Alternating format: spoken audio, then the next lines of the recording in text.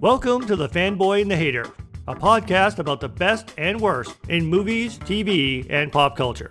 This is a Jimmy-sode, a mini episode produced, hosted, and edited by Jim Harris.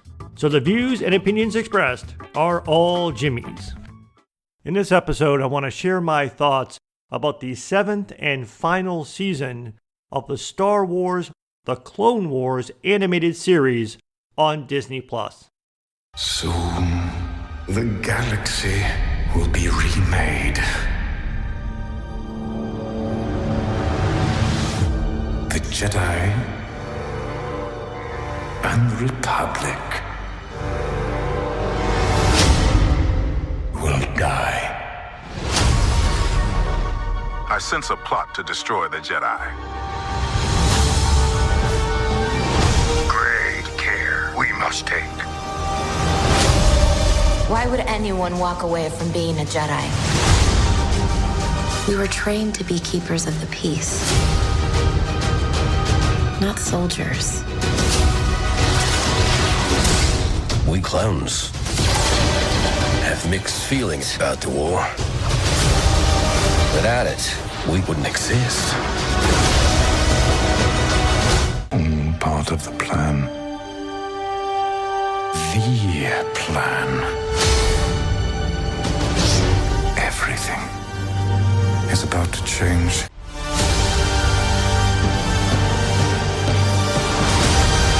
Every choice made has led to this.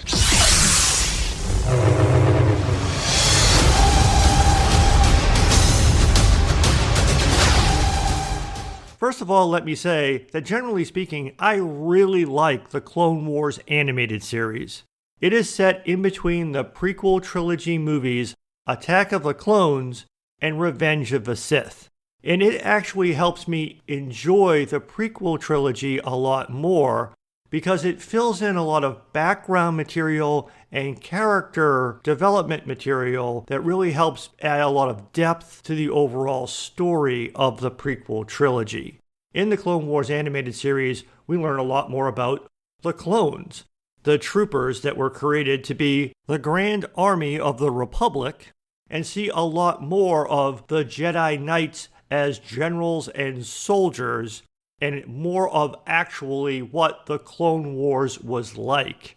Whereas in the prequel trilogy movies, we only see the very beginning and the very end of the Clone Wars. We see also a lot more about the Jedi Knights that really helps to give more insight into what the Jedi Order was like before it fell after Order 66. It also introduces and focuses at times on one of my all-time favorite characters in Star Wars canon, the Jedi Padawan, Ahsoka Tano. From the standpoint of technical execution and artistic expression, the 7th and final season of the Clone Wars animated series is quite impressive.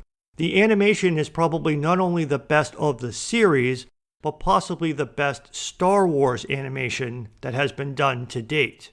And especially the final 4 episodes have a cinematic level of quality in terms of their musical score.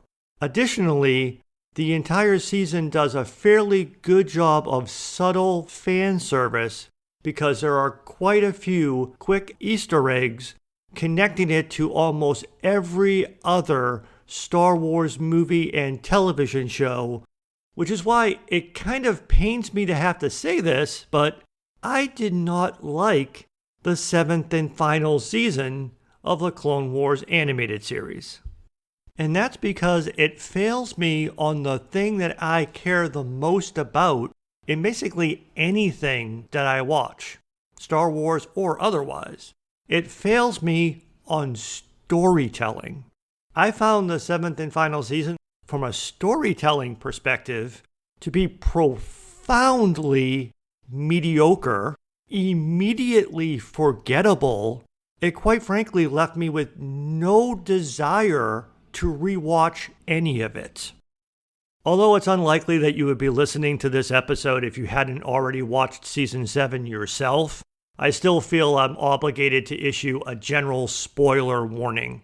Up till this point, I've only played a clip from the official trailer for Season 7, which was available long before any of the episodes started streaming on Disney+. But if you proceed past this point, you will hear spoilers, because I will be playing additional clips, and I will be talking about some of the storytelling details about what happens during Season 7. So, you have been warned. I found Season 7 to be mostly boring and uneventful.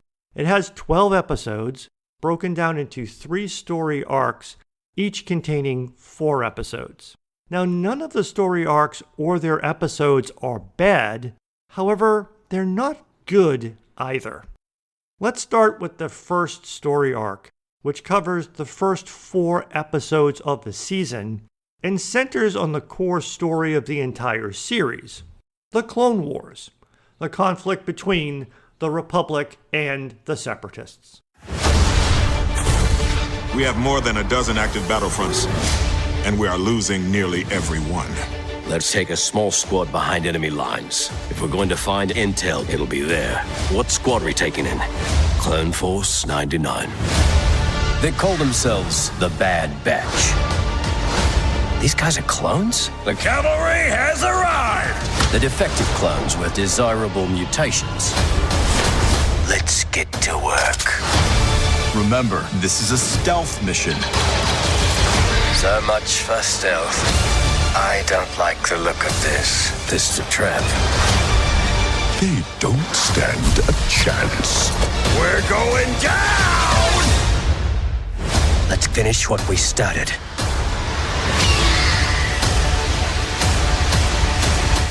Essentially, this first story arc is kind of a reminder of some of the core themes of the overall series and some of the important concepts needed to bring it to a conclusion. One of those themes is trying to humanize the clone troopers, to show us that they are more individualistic than you would think cloning and programming would have produced. And that is what the Bad Batch does. They are definitely the most unique and colorful clone troopers we have seen in the entire series. I'm not really sure if we needed to dedicate a third of the final season to such a long story arc about that, because we know what's going to happen. We've been hinted at and explicitly told about Order 66 even back in Season 6, and we know, since this is set just before the Revenge of the Sith prequel trilogy movie, we know what's going to happen with the troopers. But the other things that is involved or incorporated into this first story arc is we see a little bit more of Anakin and Obi-Wan together on the front lines of the Clone Wars, which is nice to see. The fighting and action sequences weren't bad, but they weren't anything spectacular either. But thematically, the thing that was important is it reminds us that Padme's protection is Anakin's motivation. And it also shows us more of the increasing darkness that Anakin is willing to use in order to achieve that goal. Because we do see another one of his dark turns in this story arc, where he actually does murder one of the Separatist military leaders. Again, overall, these first 4 episodes, not bad, but not good, but it did get the season off to a start. And that encompasses, again, the first 4 episodes and the first of the 3 story arcs of the final season. The second of the 3 story arcs of Season 7, which encompasses the middle 4 episodes, heralds the return of fan favorite and my favorite character, Ahsoka Tano. The last time we had seen Ahsoka, she had actually voluntarily left the Jedi Order after initially being accused of a murder she didn't commit, but after being absolved of that crime, she chose to voluntarily leave the Jedi Order because she had become disillusioned with what the Jedi Order was doing, especially in the context of the Clone Wars. So this story arc picks up where did Ahsoka go after she left the Jedi Order. So it's a story that involves her going down into the lower levels of Coruscant and getting involved with the Martez sisters, Trace and Rafa. Who looks out for you, huh? You do, Rafa. That's right. Remember, we can't count on anyone. So we count on ourselves. And maybe Ahsoka. Maybe. Come on, I want to get going. Go warm the engines up.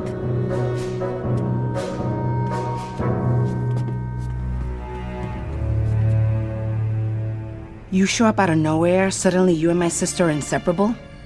What are you after? Excuse me? Come on. Everyone plays an angle. I don't mind, except when it involves Trace. So tell me, what are you after? Her mech bay? Her ship? I don't have an angle. Unless maybe to keep you both out of trouble. You ever thought you might be the trouble she needs to stay away from? Again, this story arc and its episodes are not bad. There's some interesting aspects of them as we watch Ahsoka hide the fact that she was formerly a Jedi. She doesn't have her lightsabers, so she's more subtle in her use of the Force, and a little bit more of her soul searching of trying to figure out who she is if she's not a Jedi, and also listening to other people talk rather disparagingly about the Jedi and question whether or not they're actually doing more harm than good.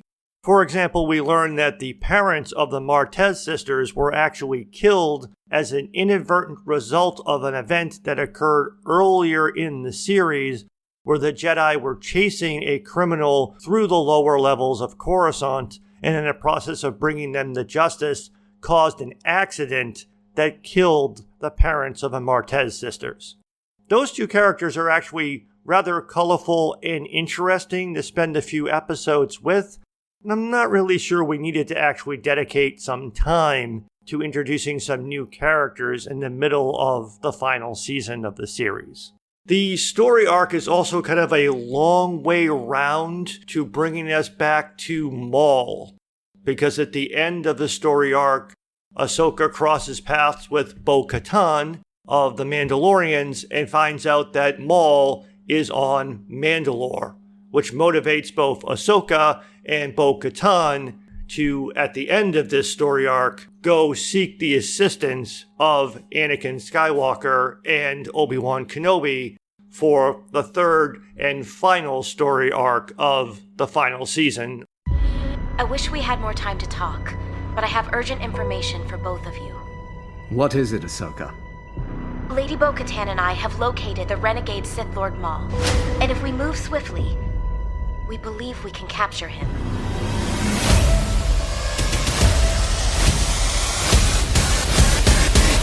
So this becomes the setup for the third and final story arc, which encompasses the final 4 episodes of the final season.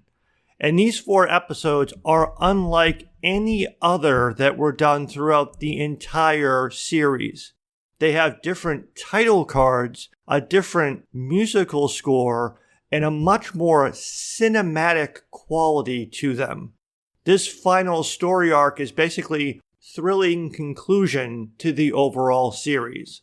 At the beginning of this, we get not only the brief reunion of Ahsoka with Anakin and Obi-Wan, but we get a moving sequence where Anakin gives Ahsoka back her refurbished lightsabers and reintroduces her to the 501st, the company of clone troopers commanded by Anakin Skywalker, who have honored Ahsoka by painting their helmets to look like her face.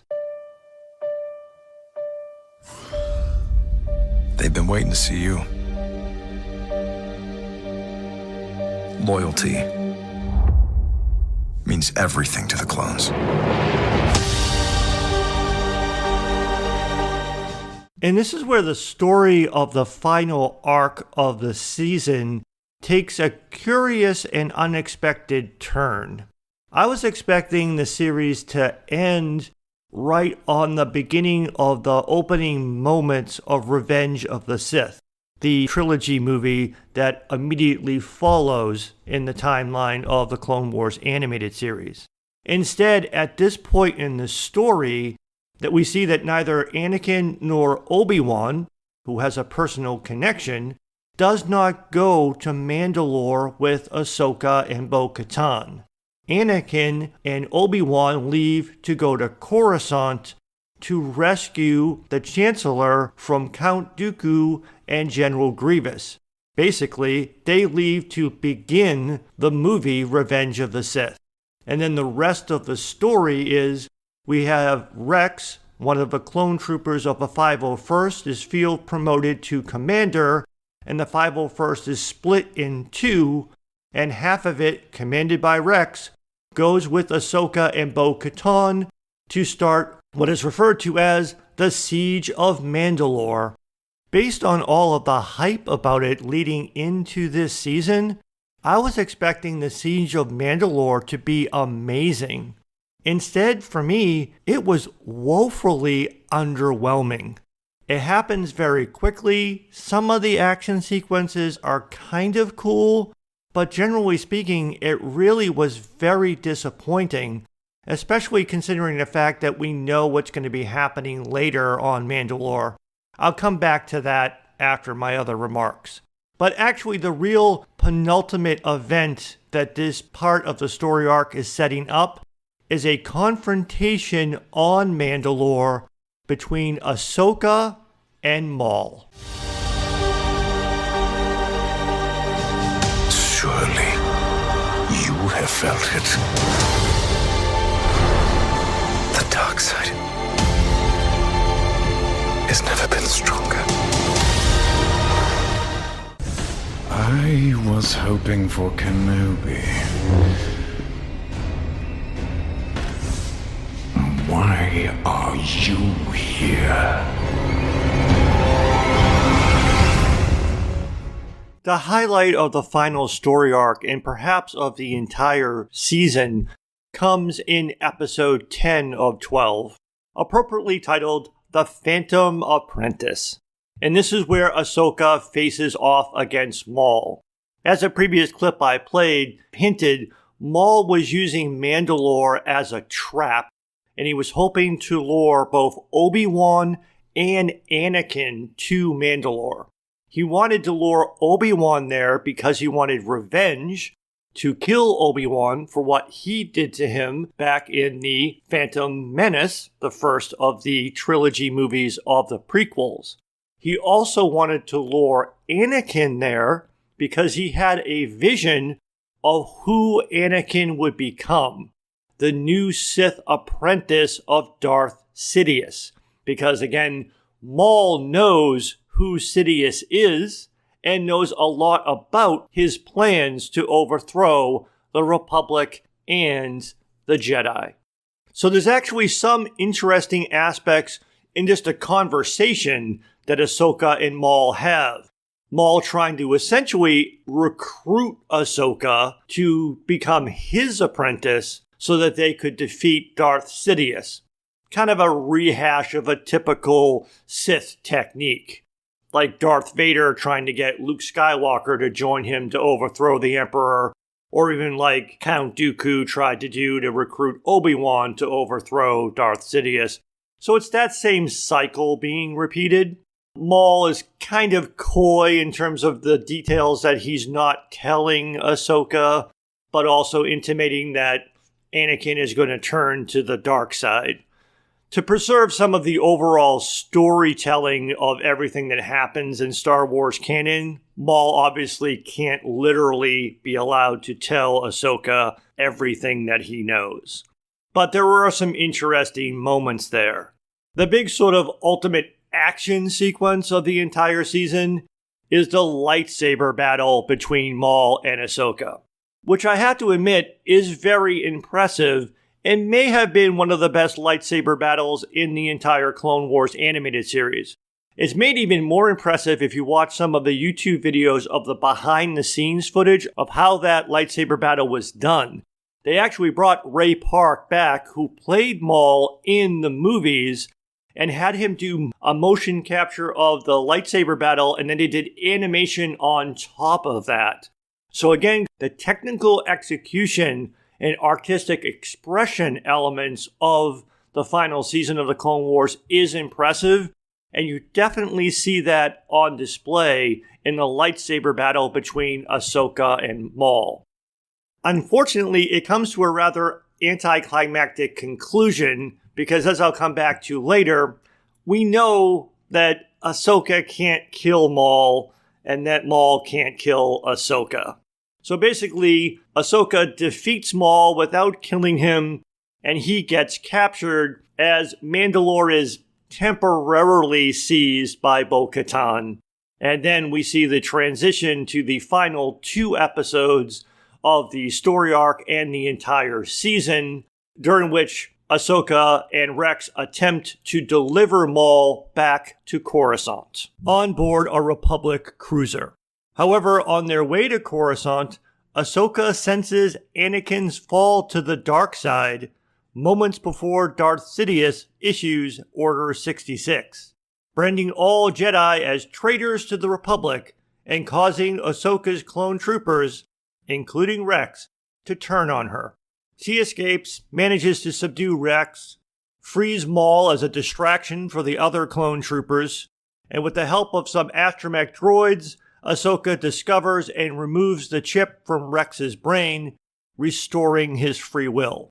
As Ahsoka and Rex try to escape from the cruiser, Maul destroys its hyperdrive, causing it to drop out of hyperspace and start to fall into a moon's gravitational field. Forced to fight their way through the clones, Ahsoka tries to prevent Maul from getting away in their shuttle, but she fails and Maul vanishes. Ahsoka and Rex manage to get on board a Y-Wing fighter and barely get out of the ship before it crash lands on the moon, killing everyone else. There, Ahsoka and Rex respectfully bury the bodies of the clones, in a scene eerily reminiscent but more respectful of the scene in The Mandalorian, where we see the helmets of the clone troopers on pikes above their graves.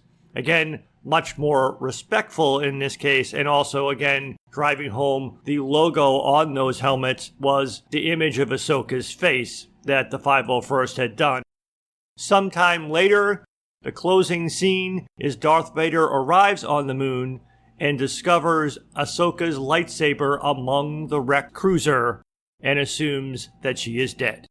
While that final scene with Darth Vader was well done and was layered with some powerful symbolism, overall, the final story arc of Season 7 stretched over those last 4 episodes just didn't really have the emotional impact for me that the show was attempting to deliver. As I mentioned earlier, it's done with a very different production style than any other episode in the entire series. They have different title cards and none of those philosophical lessons that are usually in the opening credits of the episode. There was also a great cinematic quality with the musical score that was used for the final 4 episodes. However, ultimately, as I had alluded to earlier, it's the fact that I know that some things can't happen, and the fact that I know so much about what happens next in the overall Star Wars canon story. A lot of the attempted dramatic tension and building to a climactic conclusion fell flat to me. And a lot of that is because of Star Wars Rebels, the animated series set after the events of Revenge of the Sith, which not only is in and of itself the best Star Wars animated series, but also perhaps the most complete Star Wars story ever told. For me, that's what really robs the final season of the Clone Wars of a lot of its emotional and dramatic impact. So that's what I was saying earlier, when I know certain things can't happen, like I know Ahsoka, Maul, and Rex don't die.